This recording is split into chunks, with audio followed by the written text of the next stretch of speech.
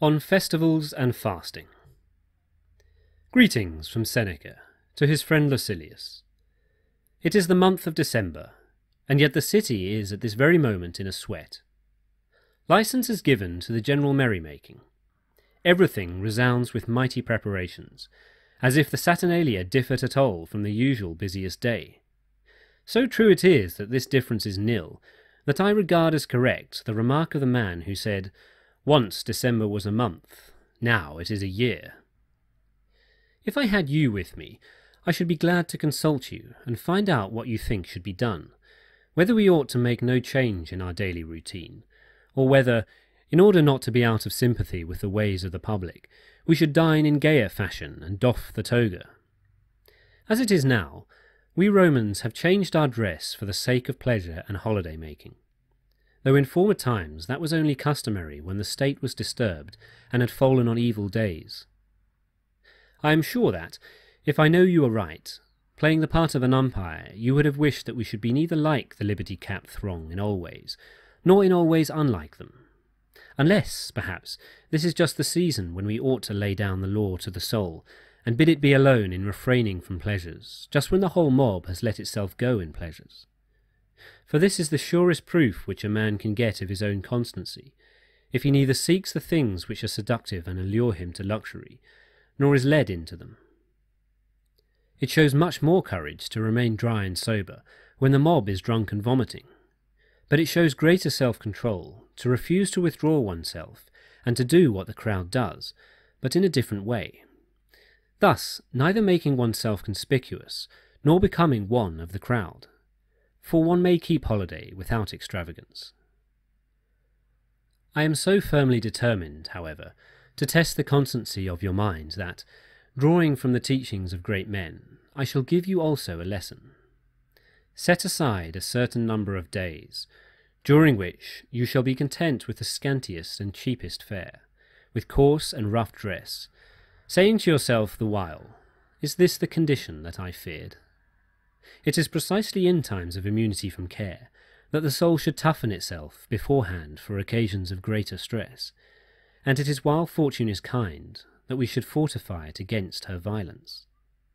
In days of peace, the soldier performs manoeuvres, throws up earthworks with no enemy in sight, and wearies himself by gratuitous toil, in order that he may be equal to unavoidable toil. If you would not have a man flinch when the crisis comes, train him before it comes. Such is the course which those men have followed who, in their imitation of poverty, have every month come almost to want, that they might never recoil from what they had so often rehearsed. You need not suppose that I mean meals like Timon's, or paupers' huts, or any other device which luxurious millionaires use to beguile the tedium of their lives. Let the pallet be a real one, and the coarse cloak. Let the bread be hard and grimy. Endure all this for 3 or 4 days at a time, sometimes for more, so that it may be a test of yourself instead of a mere hobby. Then, I assure you, my dear Lucilius, you will leap for joy when filled with a pennyworth of food, and you will understand that a man's peace of mind does not depend upon fortune, for, even when angry, she grants enough for our needs.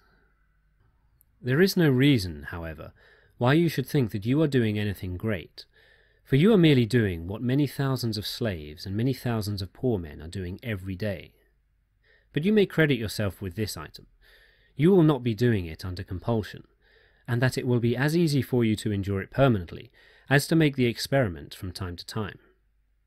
Let us practice our strokes on the dummy. Let us become intimate with poverty, so that fortune may not catch us off guard.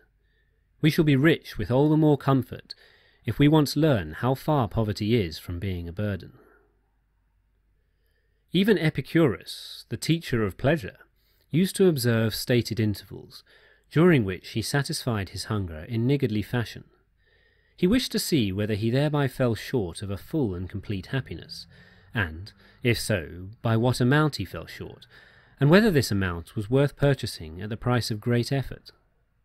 At any rate, he makes such a statement in the well-known letter written to Polyaenus, in the archonship of Carinus. Indeed, he boasts that he himself lived on less than a penny, but that Metrodorus, whose progress was not yet so great, needed a whole penny. Do you think that there can be fullness on such fare? Yes, and there is pleasure also. Not that shifting and fleeting pleasure, which needs a fillip now and then, but a pleasure that is steadfast and sure.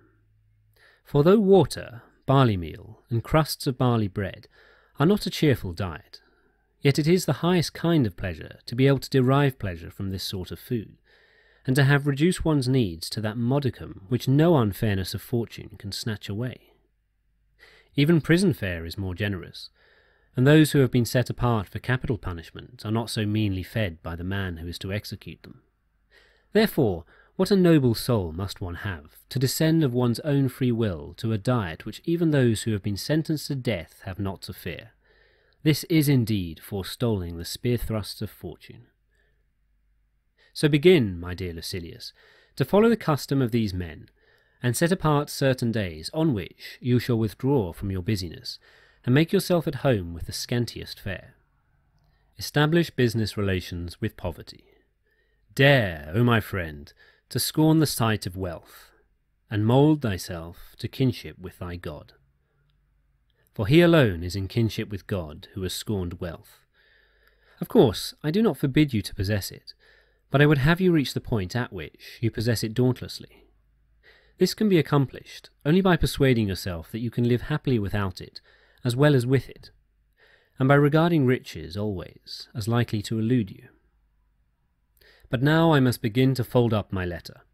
Settle your debts first, you cry. Here is a draft on Epicurus. He will pay down the sum. Ungoverned anger begets madness. You cannot help knowing the truth of these words, since you have had not only slaves, but also enemies. But indeed this emotion blazes out against all sorts of persons. It springs from love as much as from hate, and shows itself no less in serious matters than in jest and sport. And it makes no difference how important the provocation may be, but into what kind of soul it penetrates. Similarly with fire, it does not matter how great is the flame, but what it falls upon. For solid timbers have repelled a very great fire. Conversely, dry and easily inflammable stuff nourishes the slightest spark into conflagration. So it is with anger, my dear Lucilius. The outcome of a mighty anger is madness, and hence anger should be avoided, not merely that we may escape excess, but that we may have a healthy mind. Farewell.